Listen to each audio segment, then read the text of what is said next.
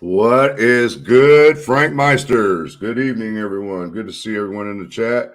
And we got Kristin with us another night at Frankmeister's True Crime Talk. I'm your host, Shanker Sage. People call me Frank. How's it going, Kristin? Hi. How are you? I'm good. How are you? Another lovely day of documents. Oh my God. And that's why I named Everything is gotten a little crazy in Delphi-ville, hasn't it? Yeah, that's why I labeled the thumbnail Battle of the Filed Motions. It Yep. fits it perfect because we've had a lot of them this week already. Oh my God. It's just like crazy. Yeah, it looks like you guys we got some bad weather rolling here in Naptown. Yep, we had it here earlier, so it's heading your way, and you guys everybody in Indiana needs to stay abreast of what's going on outside while we are live, please. Yeah, if I go dead, that means I lost power. So Okay. let's give a shout out to everybody in the chat real quick before we get started. We got Cynthia Delafante, CJK, Cindy, Jackie Oliver, She Warrior, Night Shadow, The Red Queen, Kentucky Sleuth Angel, Beth Gonzalez, Wanda from Missouri. How's it going? We got Metal Mama. Good to see you. Nana 72. We got Rescue. What's going on, lady? 63 Clock. Shelly. H. Nixon's. Good to see you, girl. Denham's. Good to see you. Hey, as a matter of fact, I need to get with you. As a matter of fact, real quick, here's my email because I cannot access my messenger. So if you would email me when you get a chance. Miss Laura, good to see you. Olivia too. She wanted to come up and chat with us too. Laura did. You know okay. Yep. Dr. Poon. Never heard of that one. Shane, what's going on? Daily Survivor. Todd, it's good to see you, bud. I bet your butt's going to be going to bed here soon because you got to go to work. Rob Lee, Jim's mom. Let's see who else. Ron Logan. He's back from the dead, guys. Back from the dead. Randy Gravitt. What's going on, buddy? Jackie Oliver. Randy. Karen Bentley.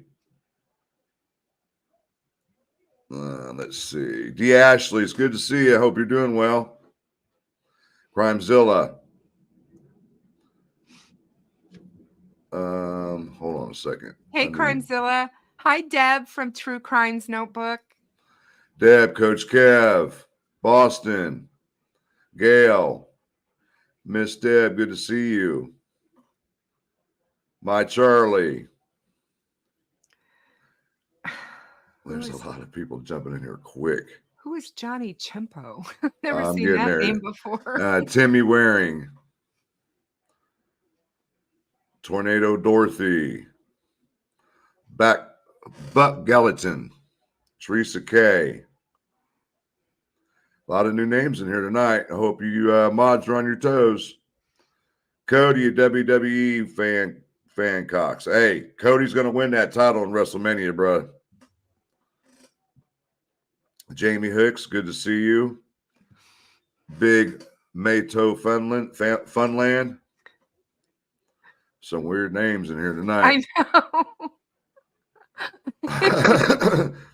Excuse me. Siggy, 1967.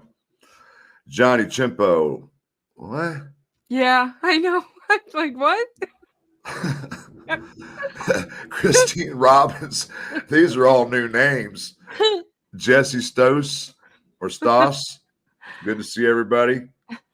So what do you think of today's filings? We'll start going over these here in a minute, but let's just have a little chat before we go into these things, man. I'm just like I told you, I printed the two main ones off from the defense today, and I started reading one, and I saw, oh, shit, yeah, right. Well, they're doing everything in their power to get a continuance for Monday.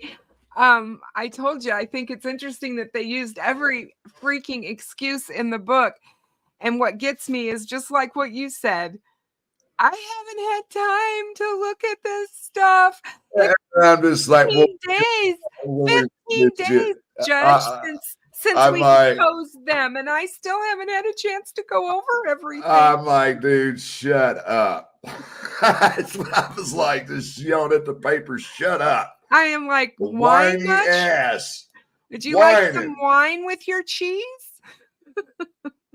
What happened here? Yeah, they you know, she's not gonna fall for that part. You know, she's gonna be like, you guys need to, you know, get on the ball here and start utilizing your time better or something, because yeah, that's just ridiculous. But yeah, they're using every trick in the book to try and get a continuance for Monday. Even down to the point that Hennessy his aunt passed away. So you know, I don't want to hear that. and it wasn't just his aunt, it was his favorite aunt. How old was she? Because he's in his late 70s. He didn't say. How old is she? I mean, come on, dude. Yeah, exactly. They are just right, Kentucky Sleuth Angel. They are ready for trial, though. Yeah, they want a speedy trial. Oh my God! Y'all see that? I mean, that's pretty big to me. Yep, I see it. And you know, this is just, I mean, they have already had the Frank's motion denied. This is just more crap to fill up the docket so that they don't have a trial, guys. That's what this is all about. Jesus Christ. It's insane. But anyway, go ahead. We're just going to skim through this shit because it's been repetitive for months with these guys. They're just the same shit. They're rehashing the same stuff we've heard. All right, let's get started. Richard Allen's third Frank's motion notice and request for Frank's hearing based upon newly discovered evidence and request for the findings of facts and conclusions of law upon any rule on this request. Comes now the accused Richard Allen by and through counsel and files his third Frank's notice and request for Frank's hearing based upon newly discovered evidence. In support of said motion, the accused states the following. All right. On September 18, 2023, the defense filed its first Frank's notice, which consisted of a 136-page memorandum in supporting detail. 1. Certain evidence that Tony Liggett failed to include in his search warrant application. 2. Certain evidence that was detailed in his search warrant application that was false. And 3. Evidence that law enforcement had acted in an intentional manner on multiple instances, attempting to conceal evidence from the defense and failing to tell the truth under oath concerning certain evidence. The defense incorporates the contents of its first Frank's notice and memorandum into this document. Oh my God. Oh my God. Now, mind you guys, I haven't read the whole thing. I just skimmed through it. Number 2, the defense. We already read that shit. Oh my God. On October 3rd, 2023, the defense filed its second Frank's notice detailing how the prosecution and law enforcement had attempted to conceal the identity of a Purdue professor whose testimony contradicted that of law enforcement officers Tony Liggett and Jerry Holman. This notice was provided as a supplement to the first Frank's notice in order to bolster the defense's contention that the state of Indiana and law enforcement were acting intentionally and or with reckless disregard of the truth to further support the request for a Frank's hearing. Number 4, the defense incorporates the contents of its second Frank's notice filed on October 3rd, 2023 into this document. Oh, God. Good God, here we go. Jesus Christ. More wham, wham, wham. Do you know what this, does anybody know what this is? If you can see it. If you don't, it's the world's smallest violin playing fucking sympathy for you. Number 5, after Frank's 1 and Frank's 2 were filed, just before the defense was kicked off the case in October 2023, the defense received certain geofencing evidence, that is, the defense did not have an opportunity to fully examine, explore, or discuss with its experts. Just after the defense was reinstated on the case in January 2024, it received certain discovery in the form of a September 22nd, 2023 report authored by Sergeant Jerry Holman, purportedly memorializing an interview Holman had with a former Purdue professor named Jeffrey Turco. Both the geofencing evidence and Holman's September 22nd, 2023 report provide new information that supports the defense request for Frank's hearing.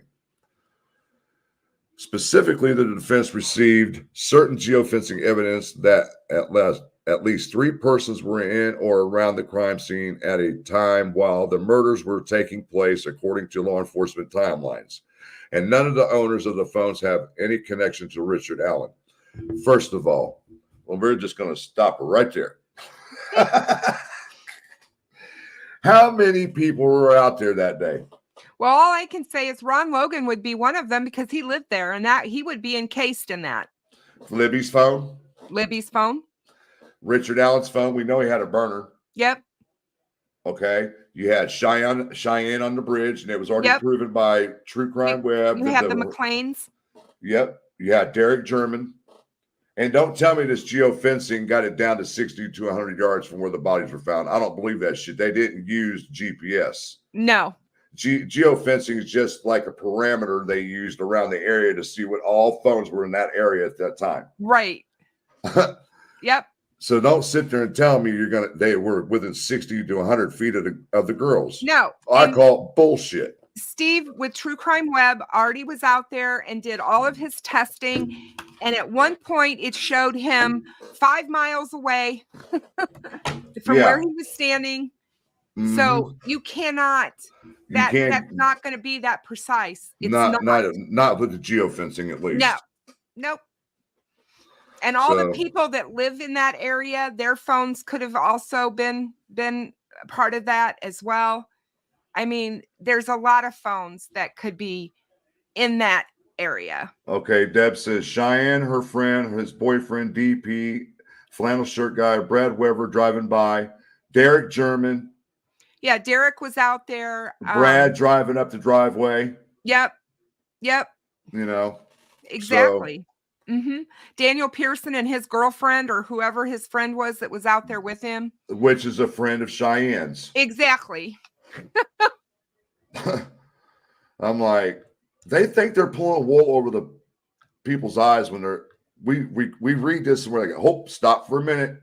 They're trying to hit the people that don't know the case. Yep, the people that haven't followed the case, that are new to the case within the last 2 or 3 years that don't know the whole story. Right. All right. Number 9. This geofencing evidence would provide evidence of any of the following scenarios.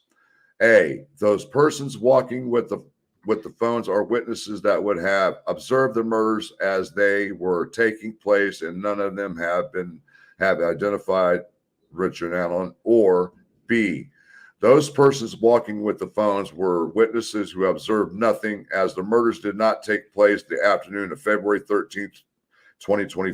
See, here we go. Another see, they're not proofreading this shit. God. 2023, really, dude? Oh my God. But the victims were taken to the crime scene after the search was called off. Called bullshit again. God. C, those persons walking with the phones were participants in the murders. They 10. Don't know that. Where's the proof of that? Right. Oh my God. I'm sorry. Go on. Number 10, said geofencing evidence was so important to somebody involved in an investigation that they created a map and plotted the movements of these persons, including movement that showed that at least one of the persons was within 60 to 100 yards of the crime scene at a time while the murders would have been committed, according to law enforcement's timelines. The phones, once again, had no connection to Richard Allen. How do you know that? Because they're just going to say it. They don't have to prove it. Remember, they can put anything out there that they want, and that's what they're doing. This is a press release. This isn't emotion. Number 11. Furthermore, the maps show that other two phones, and the persons carrying those phones were in or around the crime scene between 12:39 p.m. and 5:49 p.m. on. No.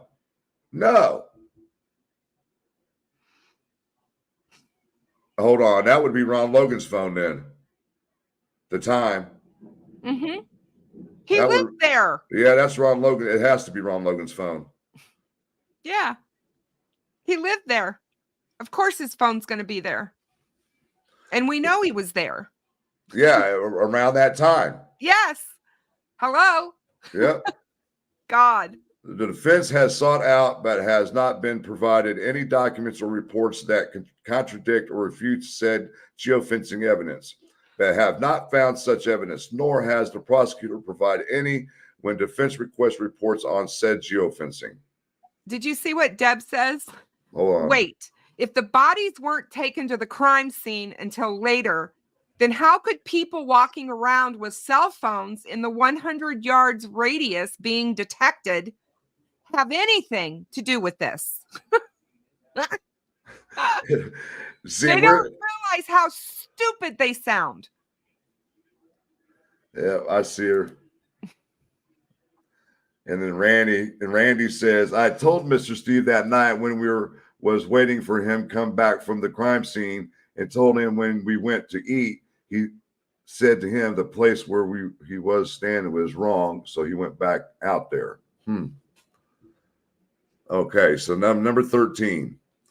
When Tony Liggett drafted his affidavit for search warrant of Richard Allen's home, Liggett, concealed from Judge Diener the fact at least 3 phones and the people using those phones were moving in and around the crime scene at times when the murders would have been taken place, according to law enforcement timelines, and that Richard Allen was not in any way connected to those phones. So first of all, you got to remember, he does not have to add everything into his search warrant. It just said electronics, phones, SIM cards, et cetera, et cetera. Yep. He doesn't have to specifically give the number of phones that he's looking for. And they're not going to. He's not going to give everything up. He only is going to get enough. He gives the judge enough. Yes, he gives the judge just enough to where he can get the warrant. Yep, that's it. Tony Liggett should have notified Judge Diener that certain people who are not named Richard Allen nor connected to Richard Allen were moving in and around the crime scene at the time when Liggett claims the murders were being committed. Number 15. It is reasonable to conclude that if Tony Liggett had notified Judge Diener that certain people not named Richard Allen nor connected to Richard Allen were moving in and around the crime scene, that Judge Diener would have not signed the affidavit. That's not bullshit. True. Bullshit. I call bullshit. Yeah, especially based upon the paucity of evidence otherwise contained in the affidavit connecting Richard Allen to the murders. Jesus Christ, you guys are just contradicting yourselves bigger than shit in here, dude. Yep. You guys know that he doesn't have to name everything off in there. You know damn well Judge Diener would have signed it anyway. And the judge was smart, though. He recused himself because he knew it was going to be a bloodbath all the way to the end on this case. Yep. That and his family was being threatened. Yep. Said geofencing information would have provided evidence to Judge Diener that negated Richard Allen's presence at the crime scene. Liggett should have told Judge Diener that crucial, relevant, and exculpatory information would have been available since 2017, especially when Liggett's affidavit was written in October 22, over 5 years later. Hey, Cop Facts, I will always come to your defense, my dear, always. Welcome. So glad to have you here with us. Let me find him. He's there. He's here. He's in the house. There he is. Hey, Cop Facts. Good to see you, buddy. It's been a while. It's been a while. I'm glad to see you. Yes, sir. All right, number 17. Additionally, Sergeant Jerry Holman's September 22nd, 2023 memorialization of his interview with Jeffrey Turco once again reveals that he, Holman, attempted to deceive the reader of said report by leaving out key information and words uttered from the mouth of Tursko concerning the likelihood that the sticks left behind were in fact runes, God. making Odinism involvement in the murders more likely and worth investigating. Holman also failed to recite the full words of Turko concerning the plausibility that those who left the runes behind were involved in some type of human sacrifice. First of all, if you go back and research, there hasn't been a human sacrifice with Odinism in over 1,000 years. Exactly. Not before the murders, not since the murders.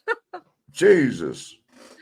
Oh my God. And it's just not like these guys got a hair up their ass and said, oh, we're going to break that 1,000-year cycle and go out and kill 2 little girls. And they're also white supremacists. So why are they going to, what's the motive to sacrifice 2 white children? Tell me that. If they are white supremacists and they have that mentality, they believe that white people are the supreme beings. So they're not going to go out and sacrifice 2 white children. Oh my God, I'm so over this. I can't wait to get them fried in court. I'm sorry. All right. I asked him, Turko, to summarize his findings, and he said they were inconclusive. In his opinion, he thought the sticks were placed deliberately, but was unsure what they meant. See, right there, that's Turko, right? Yes. So he's basically saying that he can't determine if it's Odinism or not. He said that he provide some educational guesses in his report. I asked him if the Odin religion practiced ritualistic human sacrifices, and he said no. He stated that no evidence or research indicates that religion practicing human sacrifices. He told me that if someone Google searched it, they may see that the Vikings were accused of human sacrifices. That is true. But he said that there is no proof of it. I asked him if he ever heard of ritualistic human sacrifices around here, and he said no. He told me not even in Norway, where this type of religion is more prevalent, and has he heard of any ritualistic human sacrifices. See, they're going down. And see, even the damn professors even contradicting their shit. Mm-hmm.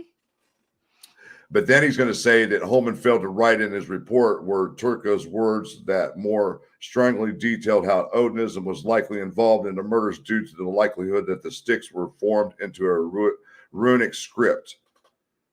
It's a given. Okay. Okay. And how it was very plausible that the human sacrifice could be competent to said murders. They sound like complete morons. I mean, none of this makes sense. It's like they keep contradicting themselves. The whole thing, they don't have to prove anything in this. They can just say what the heck they want, and that's basically what they're doing. All right, I'm getting out of this part because I'm tired of hearing about the Odin shit. Let's get out of the Odin shit. Here we go with more fucking Odin shit. What did they say about Brad Holder? What did that say back there? In number 29. Yeah. In this very case, for example, Brad Holder's February 17, 2017 videotape statement was purposely erased. No, it was not. Nick even explained. Mm-hmm. It was not evidence, and it just got taped over. So, bite that one. Only a short report memorializing that taped interview exists. Therefore, the defense is being forced to rely entirely on the words of context the author of that interview chose to include in that report, rather than the entirety of the actual words uttered by Holder. See, they're using that word uttered again. That's the second or third time I've seen that. He used it with Turko. Here we go. Putting Turko and him together. Mm-hmm. See what you're doing here. And that way, Holman memorialized his interview with Turko, detailed about above such cause alarm about what law enforcement chose to include. Okay, I'm done with that shit. I want to get to the whiny part. All right, hold on. I got to read this. Okay. Section 3 of the September 18th, 2023 Frank's Memorandum. Oh, this is a juicy one. The defense provided irrefutable evidence that Liggett provided false information in his affidavit concerning the words that Sarah Caldwell spoke face-to-face with Tony Liggett in 2017. When describing the man she saw on the road just before 4 p.m., Liggett told Judge Diener that the man Caldwell observed was the same man Betsy Blair observed on the Monon High Bridge approximately 2 hours earlier. The problem was that what Caldwell told Liggett in 2017 concerning this man's description was not the same as Betsy Blair's description. Liggett did not tell the truth. Okay. Liggett then misrepresented Caldwell's words so they were consistent with Blair's description, and then for good measure added that Caldwell observed blood on the man walking on the road, when that is not what she told Liggett to his face in 2017. Okay, so that's your interpretation of what they were saying, right? Okay, you expect us to believe that shit. The defense would ask the court to reread Section 3 in its entirety and also to review the attached exhibits to the September 18th, 2023 Frank's memo that provides the absolute proof that Liggett misrepresented Caldwell's words. All right, let's go down here to another one. Oh, here we go. The defense would ask the court to read Section 3 in the entirety and also to review the attached exhibits that provide evidence that Liggett omitted crucial information concerning Betsy Blair's description of the man she observed from only 50 feet away on the High Bridge, as well as a description of a vehicle found at the CPS lot after she left the trail that does not match any of Richard Allen's vehicles. The defense would ask the court to reread the rest of the Franks 1 and 2 Franks 2 in order to gain perspective on the many instances of law enforcement not telling the truth or attempting to conceal evidence and the truth. I don't think she's going to reread Franks 1 and 2. What do you think? I don't think she's going to even pick it up. No, she's already been there. She's already read all that shit. That's why she declined the first one. This third Frank's notice provides additional evidence of omitted information of which Judge Diener should have been advised concerning 3 phones shown to be moving in and around the crime scene at the time when law enforcement would state the murders were being committed. Once again, you're excluding about 5 or 6 other phones. Mm-hmm. Oh, they only want the 3. You know, they're going to only talk about there's 3. Oh, this. Oh my God. This third Frank's notice provides additional evidence that Sergeant Holman's sworn deposition testimony was falsely concealing concerning the findings of the Purdue professor, as Turco's own words confirm in September 19, 2023 interview. What else we got here? Oh my God. The defense is asking, based upon the third Frank's notice as well as the other Frank's notices, to set this matter for a Frank's hearing to argue that all fruits of the search of Richard Allen's home be suppressed. Not going to happen. Nope. Additionally, the defense requested on this serious matter raises its Frank's 1, 2, and 3, as well as the exhibits that back up those matters. The court issues findings of facts and conclusions of law as to how and why the court ruled in whatever manner it rules on the defense request. Denied. She doesn't have to tell them that. You're denied. First of all, just because Jerry Holman doesn't say verbatim in his report everything that's said, nobody, not one detective in law enforcement writes a report verbatim. They don't do that. So for him to say that that's something that has to be done is ridiculous. And that if he doesn't do verbatim what was said, that he's deliberately withholding evidence. I mean, my God, they must think that the court, Judge Gull, because she is the court, is dumb as a box of rocks, and I've got something to tell him she's not. Todd made a good pointer. Ironically, the geofencing will prove RA's phone was at home and not at the trail, and also broke his normal routine with the phone and show phones new to the area, like burner phones. Bingo. Tara German's in here. Is she? Hi, Tara. Good to see you in here, hon. Hey, Tara. Welcome. No, the kill zone, Shelly. They're talking the kill zone. So that would put Ron Logan's phone, his cousin's phone, not his cousin's phone. It would basically put Ron Logan's phone in the area.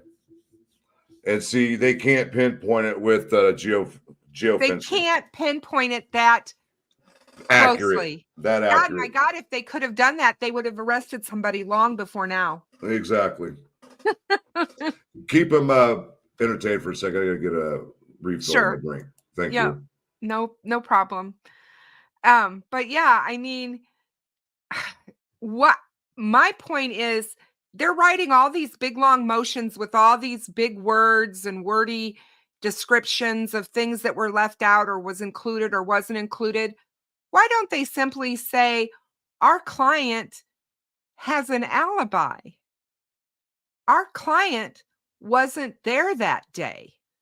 Our client didn't see Abby and Libby that day. Our client could not possibly be the person who committed this crime. How come? How come? And get back to if they want to try to pin it down to 100 yards, you got to include Libby's phone. Like I said, Ron Logan's phone. And I don't give a damn what they say, because they've talked about it years ago. There was 2 phones. They could not identify who they belonged to. So that told us they were burner phones. Remember that? And then if Richard Allen had a burner phone, guarantee it. Guarantee it. I want to address Zero Cool. First of all, Zero Cool, the prosecution didn't leak information about a supposed confession during a phone call. That happened in court. Frank was there. Yep. And the defense is the one who brought that up. And then once they did that, it became fair game for Nick McClellan. So he had no intent of bringing up anything like that. The defense did that. The defense did it, not the prosecution. Yes, I was there, sitting right behind Kathy Allen when it happened. We just looked at each other because it was things were being talked about prior to the hearing outside, that there was something big was getting ready to happen in court, and nobody had a clue what it was. I think Murder Sheet might have known, but once the defense did that, we was like, oh shit, confessions. That was the news. Yep. I just can't get over how everybody just jumps on this bandwagon of let's defend Richard Allen. I just don't understand why somebody would want to defend someone that has admitted to killing 2 children, and why you won't wait until they go to trial to see all the evidence, and why they feel the need to blow all the smoke up and say that they're being he's being railroaded, that he's being mistreated, that this isn't fair, and all these other. He sure in the hells ain't screaming his innocence inside that prison, is he? No, he isn't. And he isn't when he's outside the prison, shackled to all hell and back either. Oh, I'd definitely be yelling my innocence. And from what I'm hearing, he hasn't talked to any family since April. That's what I'm hearing. I don't know how correct that is. You know, they're probably telling him to keep his mouth shut, or don't call anybody because you can't keep your mouth shut. Mm-hmm. Oh, I'm sure that his attorneys are freaking out that he's talking. Yep. So, I mean, that makes, my family members that are detectives told me when someone confesses, that is a huge thing that a defense has to get over. And a lot of times there's just nothing they can do to get past that. Right. Let's go through the chat. Yeah, you always got to have a cell phone. Love to Hunt would have to be 2 burners then. The defense is saying his own phone wasn't there. Well, of course, you're not going to take your own personal phone. We know it's registered in your name. He went there with the specific idea that he was going to commit some sort of crime, whether it was directed at Abby or Libby or not. If he went out there with the mindset that he was going to do a crime that day, he's not going to take his cell phone. He's not that stupid. No. Let's see.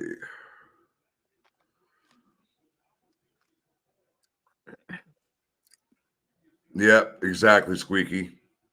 I see a Baldwin and Rosie never miss a day now try to poison the jury pool with their whacked out ideas.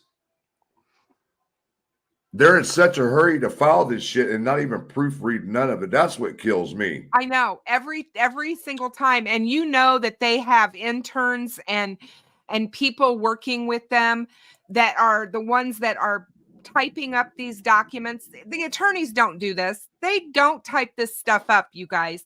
And a lot of times they don't even write it. They go over it.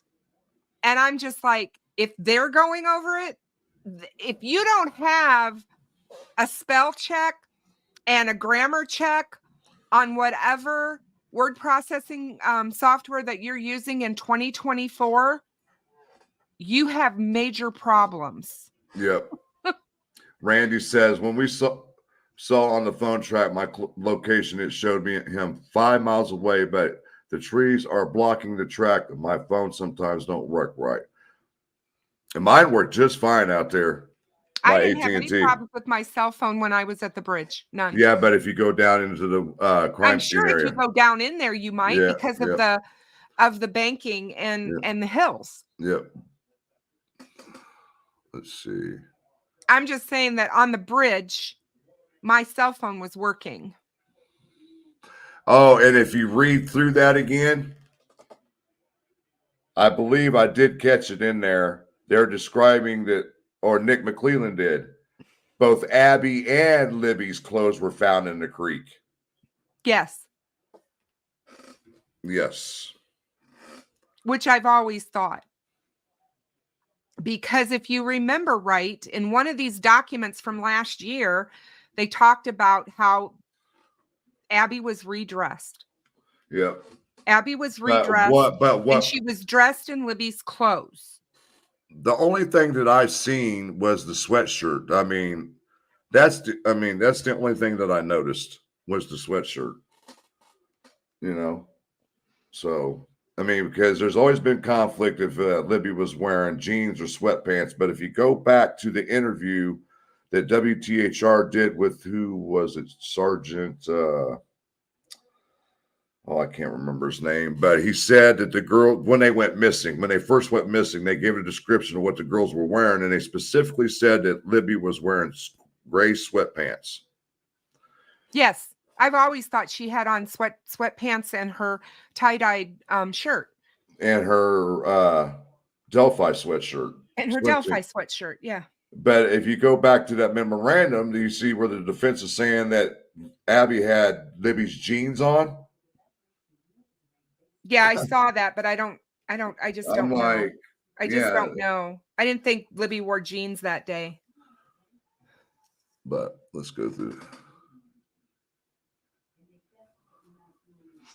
CJK says they don't have much to choose from. Lon Logan, where there is no evidence, and Meth Ring, where there is no evidence. To families, there was no evidence. So what's left? All right. So we have another document that I want to read that is from Fatso.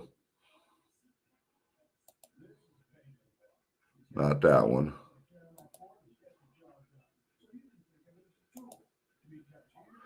Yeah, this is the one from old Hennessy.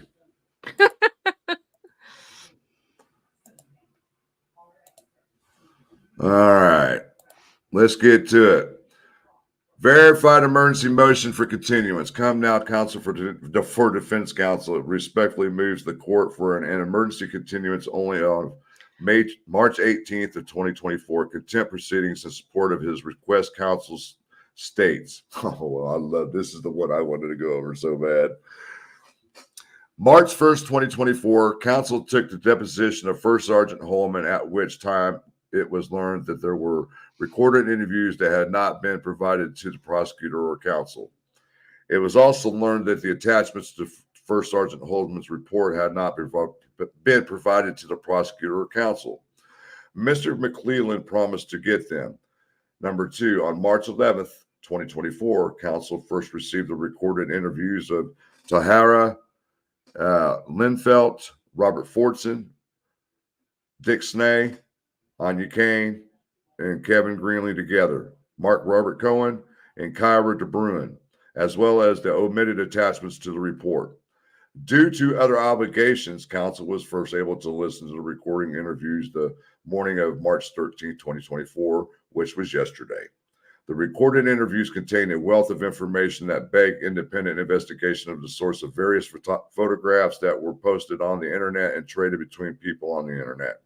Additionally, had counsel had the omitted materials prior to First Sergeant's deposition, he would have asked many, many more questions which need to be asked for proper preparation for representation. Frank, can I interrupt you for just a minute? Yep, go right ahead. Shelley, whoever you are in the chat, do not demand or ask Tara to answer any questions. Tara does not have to answer anything in this chat.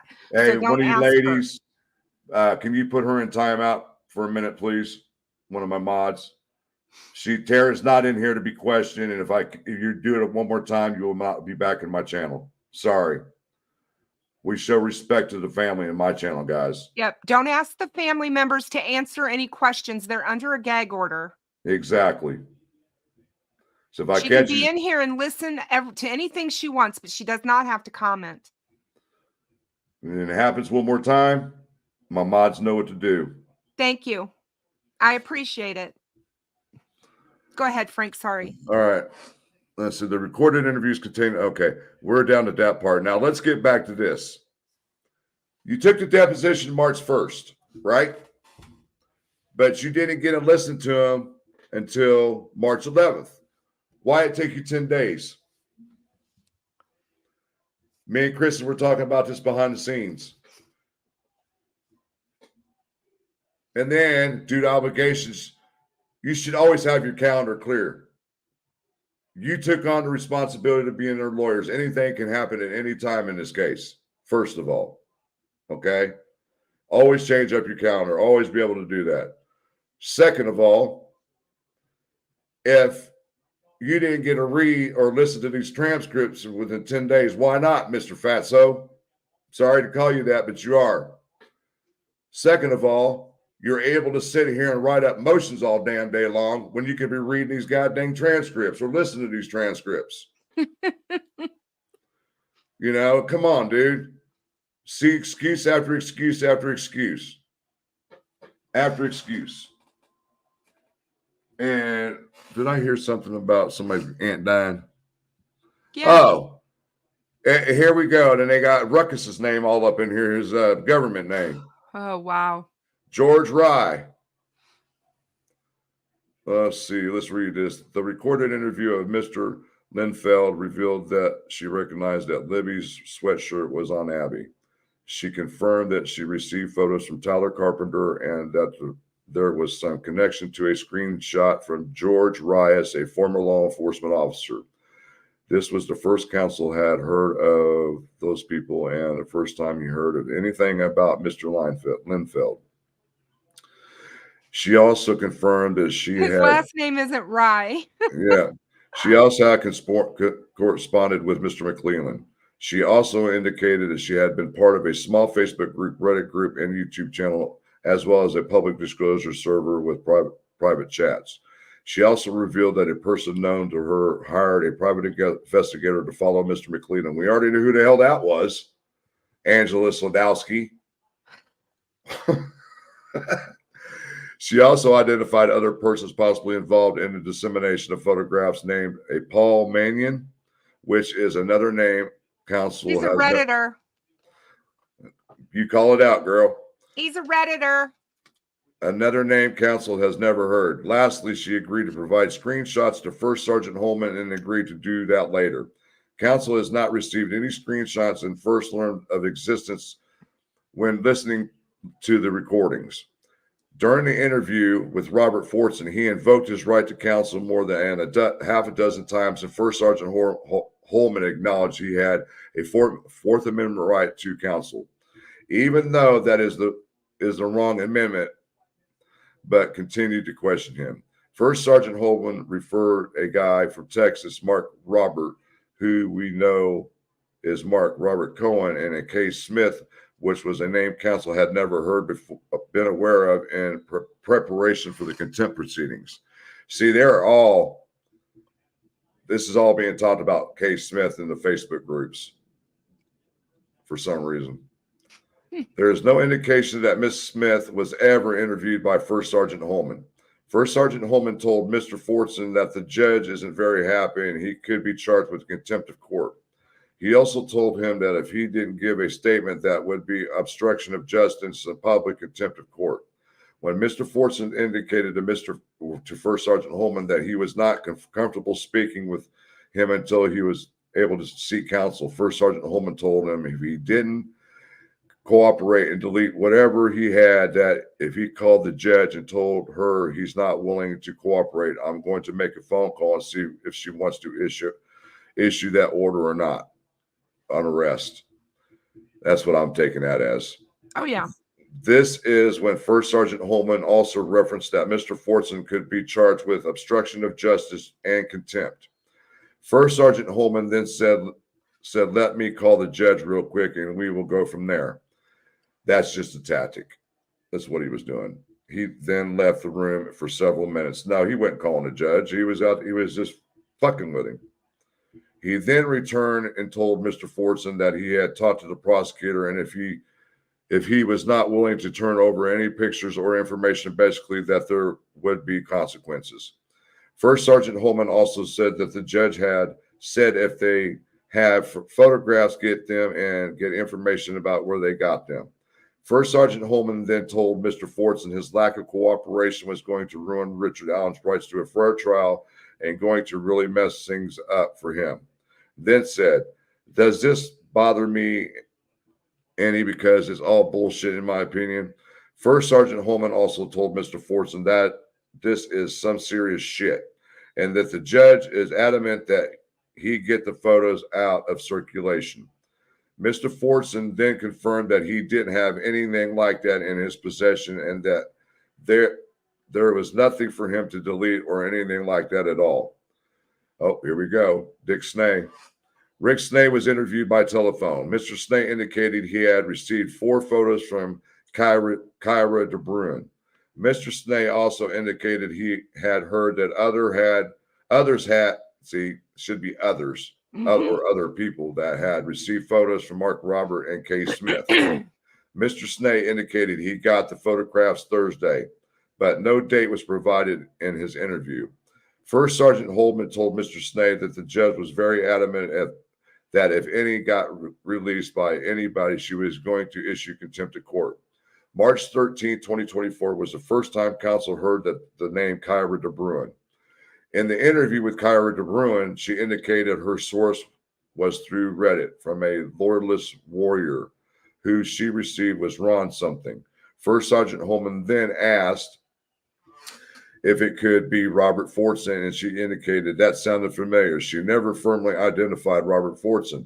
Whether lordless warrior was Ron someone or Robert Fortson, Mr. Bruin indicated that the person had to delete an entire conversation.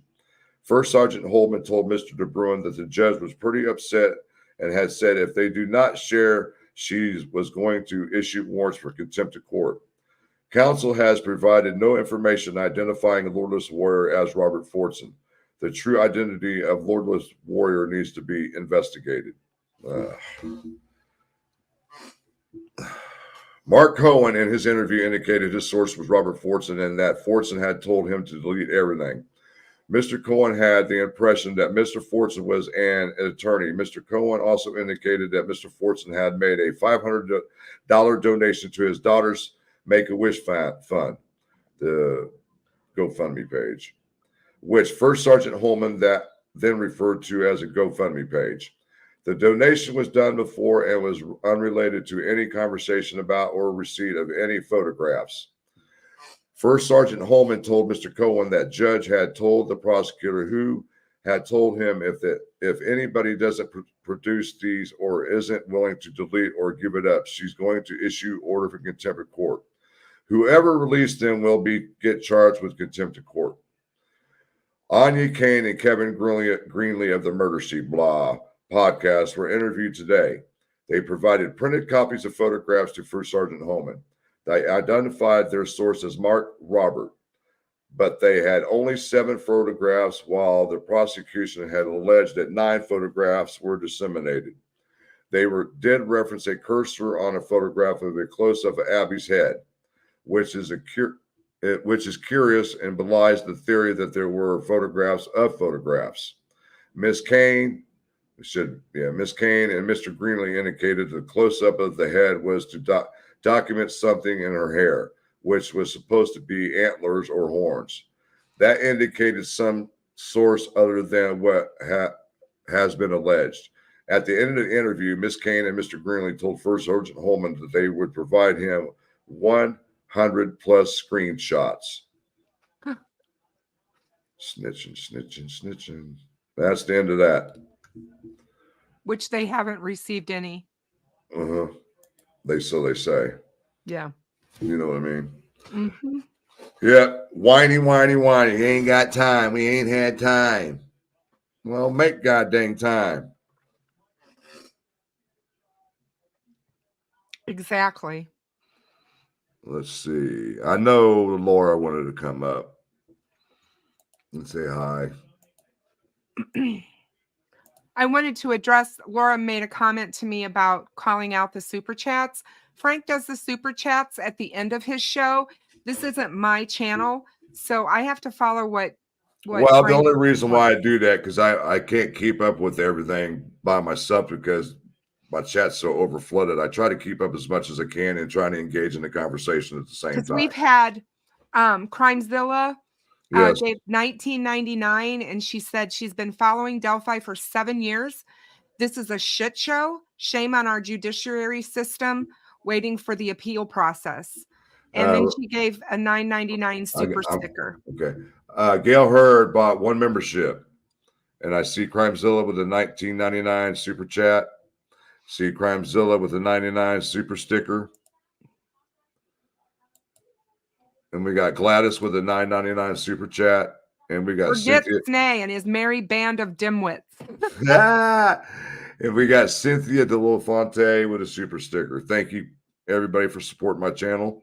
Very much so. It's very appreciated. Yes, it is. But I'm trying to keep up as quickly as can. But I like to engage in the conversation too. You know what I mean? No, I totally do. Thank you, Laura. Ron Logan says, Holman is a bingo shark. I was in bingo league with him for over 10 years, and he was always winning. Always seemed like a conspiracy.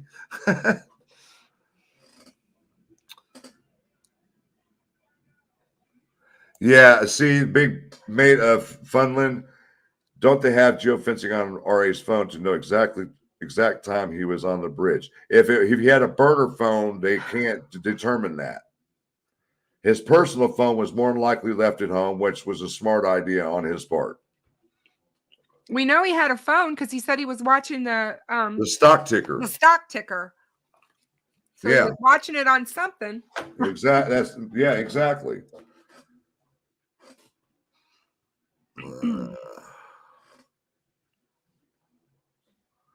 Trying to find some good ones here. I'm catching everybody. Hold on. Hot and Cold Crime. Good to see you.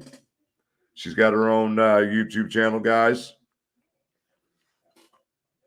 Go check her out. Nobody, nothing. Who are you talking about? You don't fucking know that. What do you mean?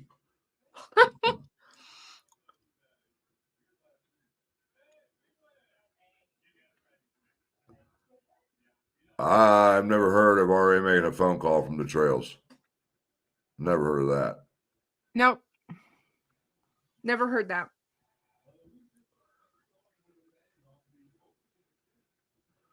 I'm trying to see.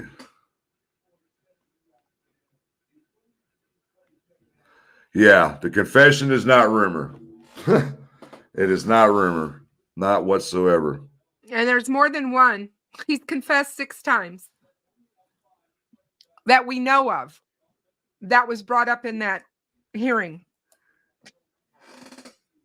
So didn't LA look at all the phones in the area? I'm sure they did. Yes, I'm sure they did also. But there was a lot of chatter for years that there was 2 phones they couldn't identify out there, which led to us to believe it was more than likely burner phones, because you don't have to register a burner phone in your own name. It's just a pay and talk is all it is.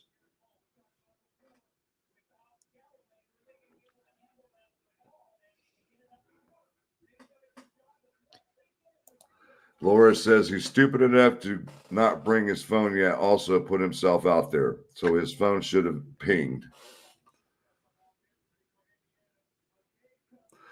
Yeah, good point, Todd. The Odinists must be pissed at Richard is stealing their thunder, especially after spending so much time and effort making their ruins. He's got a point.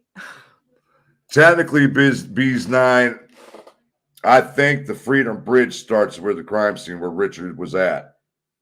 The Freedom Bridge, where he came in at, because you got to include the that's where CPS the kidnapping happened. The CPS building is definitely part of the crime scene because allegedly his car was there. You know, so he walks right up there to that gate onto the Freedom Bridge and hightails it to the Mona and High Bridge.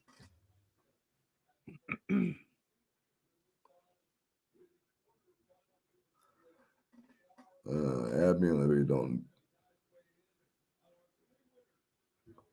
Yes, Abby and Libby don't need our likes. They need our caring people to come together to bring this to fruition. Deb says the burner phone came from Dollar General, not CVS.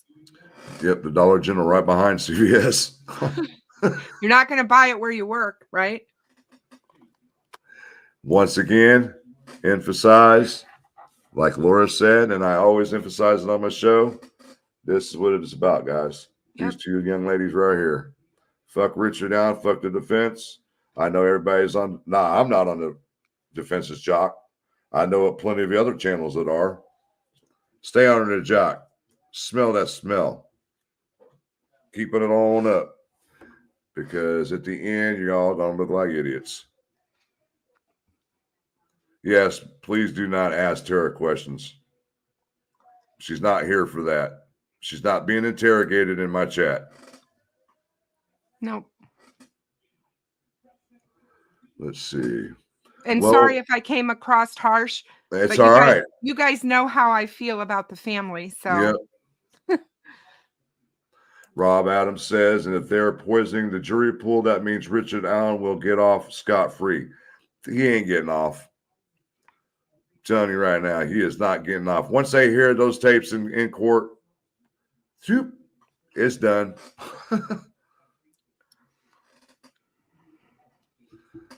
Do you want to tackle the Knicks thing or? Sure. Yeah, we can do that. We might as well. We're here. Yep. Are you going to pull it up on your end or? Yep. Give me just 1 second. We're on at 6:03 clocks. Don't tolerate that shit in my damn chat. Not tolerating that crap, not at all.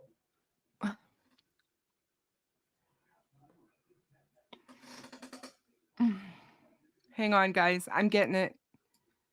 It's coming. I just got to make sure I got it in order.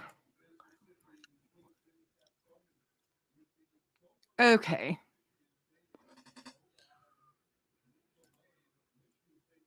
I think I can share my screen. Settings, present, share screen. Mama Warble Reed, thank you. $4.99 super sticker. Oh. Thank you. Frank, there you go. All right, so this was filed by Nick McClelland today. It's a motion for leave of the court to subpoena the third-party records. Comes now the state of Indiana by Nicholas C. McClelland, prosecuting attorney for the 74th Judicial Circuit, and moves this court for an order for Westville Correctional Facility and Wabash Valley Correctional Facility. Attention, Elsie Gallagher, 5501 South 1100 West, Westville, Indiana, 46391, to produce to the Carroll County Prosecutor's Office, attention Nicholas C. McClelland, 101 West Main Street in Delphi, Indiana, 46923, any and all medical records for Richard Allen, date of birth 9/9 of 1972, associated with his stay as an inmate in the Department of Corrections from November 3rd, 2022 until present. While working the Delphi investigation, Carroll County Sheriff's Department Detective Tony Liggett developed information that Richard Allen was involved in the murders of Victim 1 and Victim 2. The investigation shows the following: that on February 14th, 2017, Victim 1 and Victim 2 were found deceased in the woods approximately 0.2 miles northeast of the Monon High Bridge in Carroll County. Their bodies were located on the north side of the Deer Creek. At the time, the Monon High Bridge Trail was an approximately 1 mile gravel trail terminating at the Monon High Bridge. The Monon High Bridge is an abandoned railroad trestle approximately 0.25 miles long, spanning the Deer Creek and Deer Creek Valley on the southeast end of the trail. Approximately 0.7 miles northwest on the trail from the northwestern edge of the Monon High Bridge is the Freedom Bridge, which is a pedestrian bridge that spans State Road 25. Approximately 350 feet west of Freedom Bridge was a former railroad overpass over Old State Road 25, also known as County Road 300 North. The trail terminates just west of the former railroad overpass. The majority of the trail is in a wooded area with a steep embankment on the south side of the trail. The entirety of the trail and the location of the girls' bodies were and are located in Carroll County, Indiana.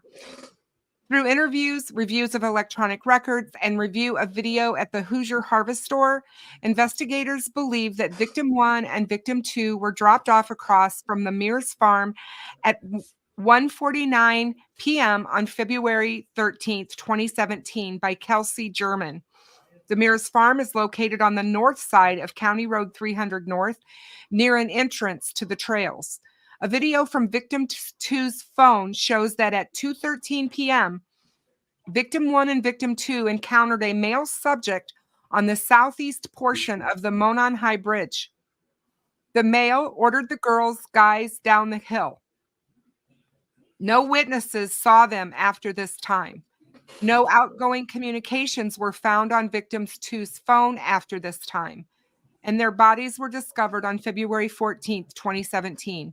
The video recovered from Victim 2's phone shows Victim 1 walking southeast on the Monon High Bridge while a male subject wearing a dark jacket and jeans walks behind her.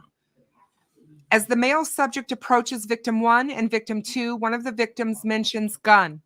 Near the end of the video, a male is seen and heard telling the guys down the hill. The girls then begin to proceed down the hill and the video ends. A still photograph taken from the video and the guys down the hill audio was subsequently released to the public to assist investigators in identifying the male. Victim 1 and Victim 2's death were ruled as homicides. Clothes were found in the Deer Creek belonging to Victim 1 and Victim 2, south of where their bodies were located. There was a .40 caliber unspent round less than 2 feet away from Victim 2's body, between Victim 1 and Victim 2's bodies. The round was unspent and had extraction marks on it. Interviews were conducted with 3 juveniles, RV, BW, and AS. They advised they were on the Monon High Bridge Trail on February 13th, 2017. They advised they were walking on the trail toward Freedom Bridge to go home when they encountered a male walking from Freedom Bridge toward the Monon High Bridge. AS described the male as kind of creepy and advised that he was wearing like blue jeans, a like really light blue jacket, and he has hair, and his hair was gray, maybe a little brown, and he did not really show his face. She advised the jacket was a duck canvas type jacket. RV advised she said hi to the male, but he glared at them. She recalled him being in all black and had something covering his mouth. She described him as not very tall with a bigger build. She said he was not bigger than 5'10". RV advised he was wearing a black hoodie, black jeans, and black boots. She stated he had his hands in his pockets. BW showed investigators photographs she took on her phone while she was on the trail that day. The photographs included a photo of the Monon High Bridge taken at 12:43 p.m. and another one taken at 1:26 p.m. of the bench east of the Freedom Bridge.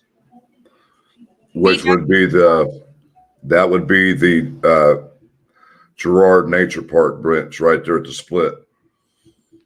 That or the bridge or the one closer to the Freedom Bridge. There's a bench there too. Mm-hmm. BW advised after she took the photo of the bench, they started walking back toward Freedom Bridge. She advised that was when they encountered the man who matched the description of the photograph taken from victim 2's video. BW described the man she encountered on the trail as wearing a blue or black windbreaker jacket. She advised the jacket had a collar and he had his hood up from the clothing underneath his jacket. She advised he was wearing baggy jeans and was taller than her. She advised her head came up to approximately his shoulder. She advised RV said hi to the man and that he said nothing back. She stated he was walking with a purpose, like he knew where he was going. She stated he had his hands in his pockets and kept his head down. She advised she did not get a good look at his face, but believed him to be a white male. The girls advised after encountering the male, they continued their walk across Freedom Bridge and the old railroad bridge over Old State Route 25. Investigators spoke with Betsy Blair, who advised she was on the trails on February 13th, 2017. Video from the Hoosier Harvest Store captured Betsy's vehicle traveling eastbound at 1:46 p.m. toward the entrance across from the Mears farm. Betsy advised she saw 4 juvenile females walking on the bridge over Old State Road 25 as she was driving underneath on her way to park. Betsy advised there were no other cars parked across from the Mears farm when she parked. She advised she walked to the Monon High Bridge and observed a male matching the one from victim 2's video. She described the male she saw as a white male wearing blue jeans and a blue jean jacket. She advised he was standing on the first platform of the Monon High Bridge, approximately 50 feet from her. She advised she turned around at the bridge and continued her walk. She advised approximately halfway between the bridge and the parking area across from Mears Farm, she passed 2 girls walking toward Monon High Bridge, and she advised she believed the girls were victim 1 and victim 2. Video from the Hoosier Harvest Store shows at 1:49 p.m. a white car matching Kelsey German's vehicle traveling away from the entrance across from the Mears farm. Betsy advised she finished her walk and saw no other adults other than the male on the bridge. Her vehicle is seen on Hoosier Harvest Store video at 2:14 p.m., leaving westbound from the trails. Betsy advised when she was leaving, she noticed a vehicle was parked in an odd manner at the old Child Protective Services building. She said it was not odd for vehicles to be parked there, but she noticed it was odd because of the manner it was parked, backed in near the building. Investigators received a tip from Terry Wilson in which he stated he was on his way to Delphi on State Road 25 around 2:10 p.m. on February 13th, 2017. He observed a purple PT Cruiser or a small SUV type vehicle parked on the south side of the old CPS building.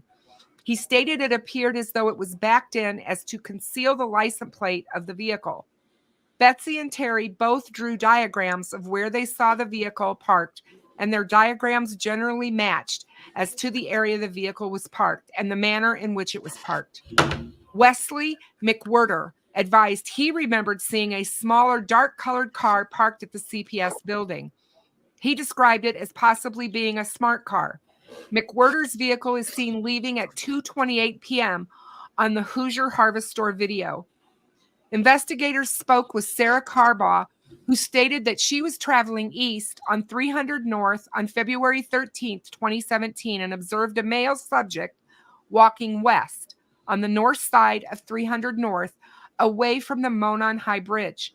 Sarah advised that the male subject was wearing a blue-colored jacket and blue jeans and was muddy and bloody. She further stated that it appeared he had gotten into a fight. Investigators were able to determine from watching the video from the Hoosier Harvest Store that Sarah Carbaugh was traveling on County Road 300 North at approximately 3:57 p.m. Through interviews, electronic data, photographs, and video from the Hoosier Harvest Store, investigators determined that there were other people on the trail that day after 2:13 p.m. Those people were interviewed, and none of those individuals encountered the male subject referenced above, witnessed by the juvenile girls Betsy Blair and Sarah Carbaugh. Further, none of those individuals witnessed victim 1 and victim 2. Investigators reviewing prior tips encountered a tip narrative from an officer who interviewed Richard M. Allen in 2017. The narrative stated that Mr. Allen was on the trail between 13:30 and 15:30. He parked at the old Farm Bureau building and walked to the new Freedom Bridge. While at the Freedom Bridge, he had been... Oh, sorry. Did you not send me the other page? What page is it? Oh, Lord. Hold on a second. I sent them all to you. Hold on. I'm looking. Sorry, guys. Give me just a second. So I got 3 pages of that. And then this last page, the 4th and 5th page start with, he had been held in the Department of Corrections since November 3rd. They're just basically talking about the phone conversations and requesting his medical records. That's all they're doing. Okay, so I don't have the page that ends this narrative of the girls, of what happened to the girls. All right, give me a second. You're fine. 222.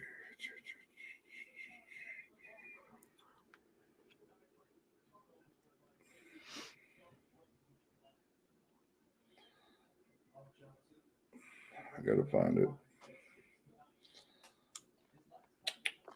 Go to my emails.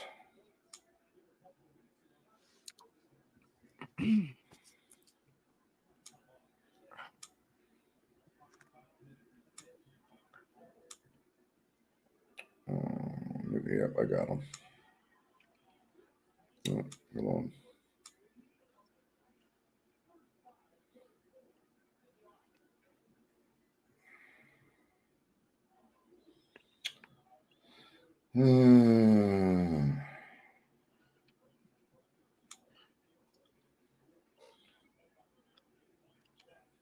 Okay, hold on. Let me get the right pages here.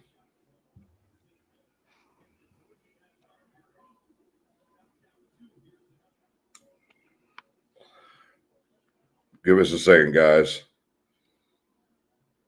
All right, it's not that one. It should be page 3. Okay.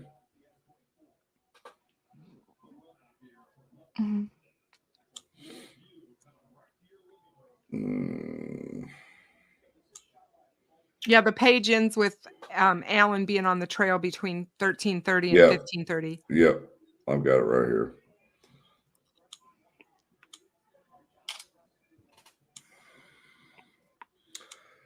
Coming to you right now on the Discord. Thank you. All right, just send it to you. Yep, I just got him. All right, that's the only one we really need. Okay, hang on one sec here. Oops, open in browser. Bring it over here. Okay. Believed him to be a white male. The girls advised after encountering the male, they continued their walk. Oh yeah, no, I already got this one. Yeah, it should be the very bottom is where it said Richard Allen encountered. Yeah, what's the next page after this one? Don't tell me I don't have it. Apparently, I don't have it. Okay, because that's all I've got too. Yep. So, but All right. otherwise, he's requesting the medical records. But if you go, So at the end, he says that Richard Allen has been held in the Department of Corrections since November 3rd of 2022. During the defendant's time in incarceration, the defense has filed several motions that have called into question Richard Allen's mental health and his physical well-being because of the alleged conditions at Westville Correctional Facility and Wabash Correctional Facility.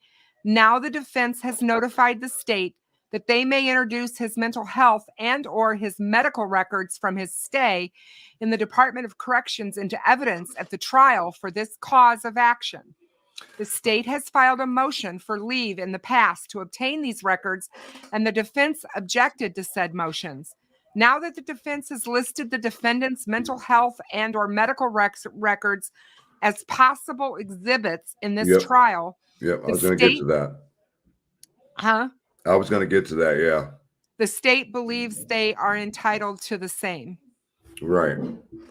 And I want to give a shout out to CJ or 63 O'Clocks for the $20 super sticker. Said, thank you for posting and reading the filings, Kristin and Frankmeister. Such a great collab.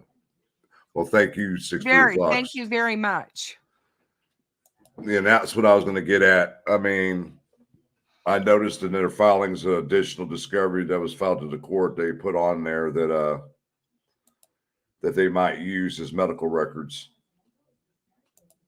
Not trying to kick you from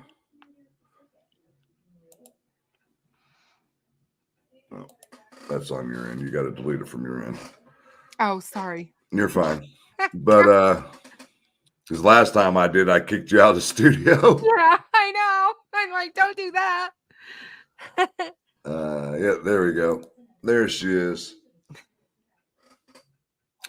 But so yeah, he's just asking now that the defense has actually put out that their exhibits are going to be his mental health is going to come up. They've opened the doors and the floodgates for the state to request these and actually get them. And I do believe they will be granted. He says in his motion, he's not looking for his entire mental health record or his entire health history record. He only wants the time that he's been incarcerated. Yep, that's it. See, looks like I've caught up much on the chat. But any last? All I can say is tomorrow will prove interesting to see if Judge Gull responds to any of this, or if she lets it ride and just sees everybody in court come Monday. Yep, we'll know tomorrow if she's going to continue or not. And I don't think she will, because she's tired of the kid games. I think so too. They have requested a speedy trial. And she's like, this is just game playing, and we're not gonna do this anymore. Right. Any last words before we get out of here? We're going on in an hour and 20 minutes. I think the only thing that I want to say is, my heart still goes out to the family of Abby and Libby. Always. I know that what's going on in these past couple of weeks with everything with the YouTubers and social media has probably been very hurtful and hard for them to listen to. And they continue, like I said, to have to listen to the barrage of people defend this man before he's even been in court to show what the evidence is against him. Oh, and everybody, please give a shout out to Fig Solves. He went through some bullshit today with Crime Night, and all hell is broken loose over that. So if anybody can get a chance, give a shout out and give him your support for some shit that went.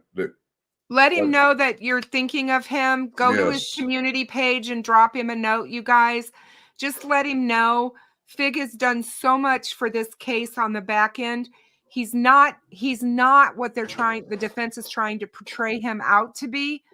If anybody is that, I would have to call out the murder sheet for that. So right. But I want to give a shout out again to everybody who's donated to support the channel, this live stream tonight. Gail Hurd with a membership she bought for somebody. Grimezilla, 2 times, nearly $30 in super chats. Gladys, $9.99. Cynthia, $5. Mama Wolverine, $4.99. And 3 o'clock for $20. Thank you so much for supporting this live stream tonight, guys. And to my mods that hung in there with us tonight, much appreciated. Thank you so much for hanging in there. I love all of you guys. And Kristin, once again, it's good seeing you and good having a good chat with you. Thank you so much for having me. No you problem. Guys, good night, everybody. Good night. Keep Abby and Libby in your thoughts and prayers. We're going to get through this. Yep. You know what time it is? Good night. Peace out. One love, guys. Good night.